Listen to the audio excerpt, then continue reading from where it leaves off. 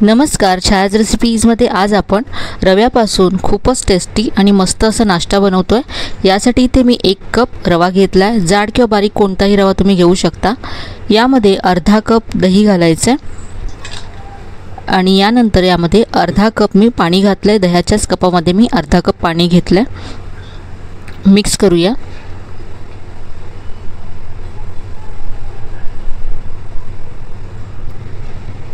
अजूनही हे घट्ट आहे, तर इथे मी आणखी अर्धा कप पाणी घेतलंय।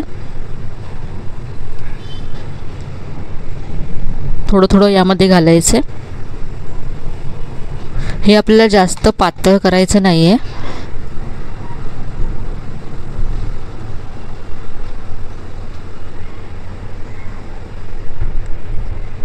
तर इथे मला पाऊण कप पाणी लागले।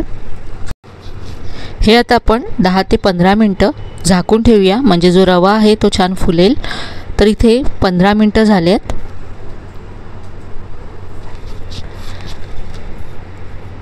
आधीपेक्षा हे घट्ट झालंय, रव्याने पाणी दही ॲब्झॉर्ब केलंय। आता हे मिक्सरच्या भांड्यामध्ये काढून घ्यायचंय।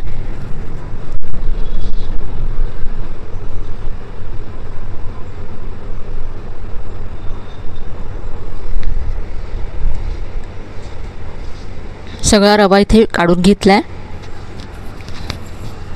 आता यामध्ये पाणी घालावं लागेल आपल्याला। तर जे पाव कप पाणी शिल्लक होतं ते इथे मी घातलंय। आता हे आपण मिक्सरला फिरवून बारीक करून घेऊया। तर इथे पहा, असं फिरवल्यामुळे रवा दही सगळं छान असं एकजीव झालंय। बाउलमध्ये काढून घेतलं।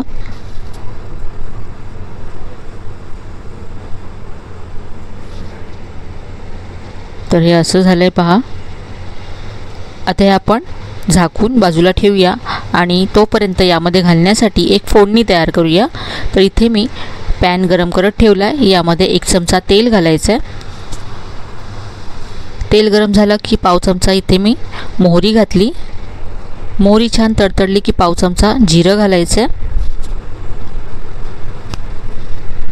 यानंतर यामध्ये बारीक चिरलेला कढीपत्ता घातला आहे। बारीक चिरलेली हिरवी मिरची घातली।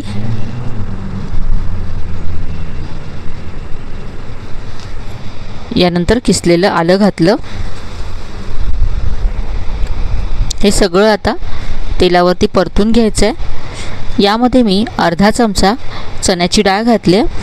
आता डाळीचा रंग किंचित बदलेपर्यंत आपण परतून घेऊया।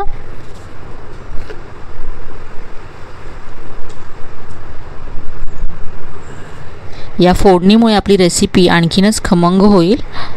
आता यामध्ये कांदा घालायचा आहे।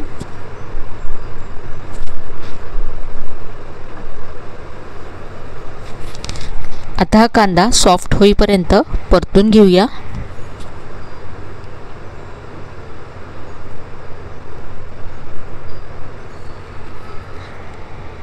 इथे मी चवीप्रमाणे मीठ घातलंय।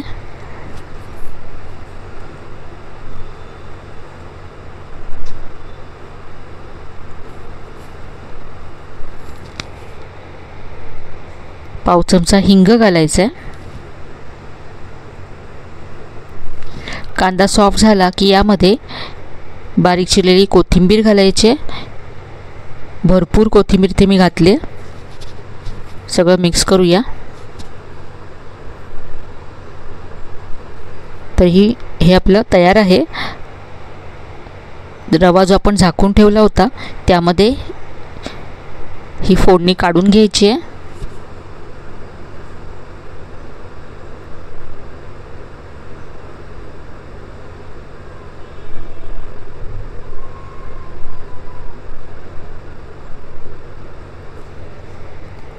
हे सगळं छान आता एकजीव करून घेऊया।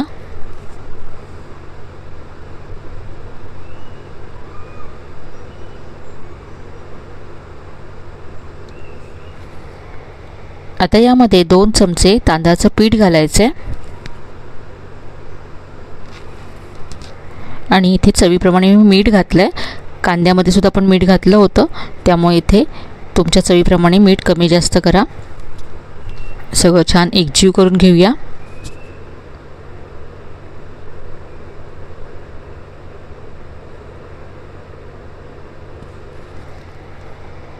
तर हे असं आहे पहा, इतपत हे घट्ट आपल्याला मिश्रण हवं आहे.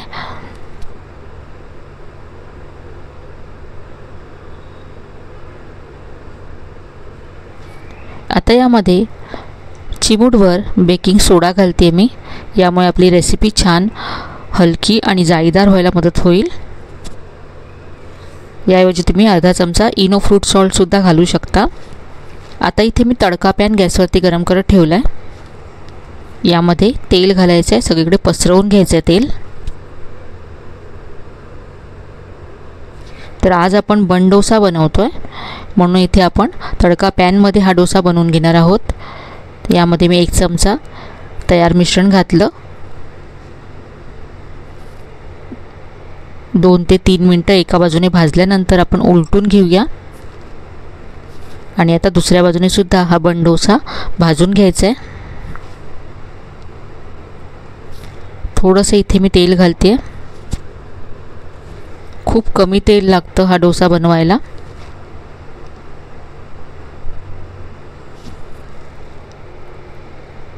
दुसऱ्या बाजूने सुद्धा हा बन डोसा भाजून तयार आहे.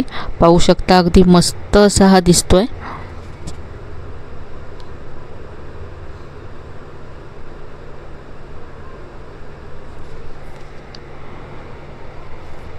चवीला सुद्धा हा खूपच छान लागतो. इथे आता मी आणखी एक बनवून घेते. एकानंतर एक झटपट तुम्ही हे बनवू शकता.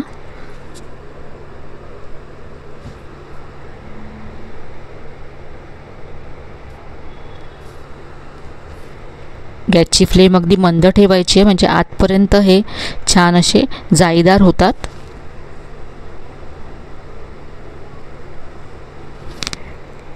काढून घेऊया. बन डोस्याबरोबर खाण्यासाठी आपण चटणी तयार करूया. तर इथे मी मिक्सरचं भांडं घेतलं आहे. यामध्ये 1 वाटी ओलं खोबरं घालायचं आहे. 1 चमचा भाजलेली चण्याची डाळ घातली आहे. 2 ते 3 हिरव्या मिरच्या घातल्यात.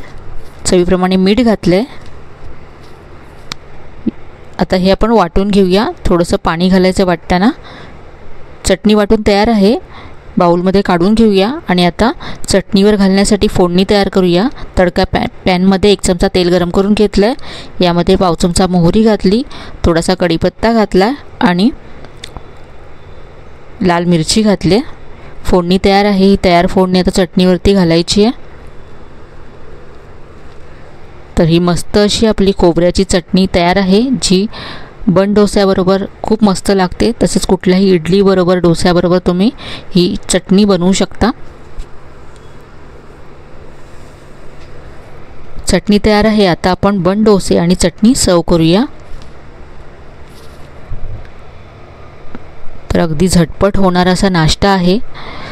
मुलांच्या टिफिनसाठी किंवा नाश्त्यासाठी तुम्ही बनवू शकता. इथे एक डोसा मी तुम्हाला तोडून दाखवते. आतपर्यंत अगदी जाळीदार असा हा बन डोसा तयार झाला आहे.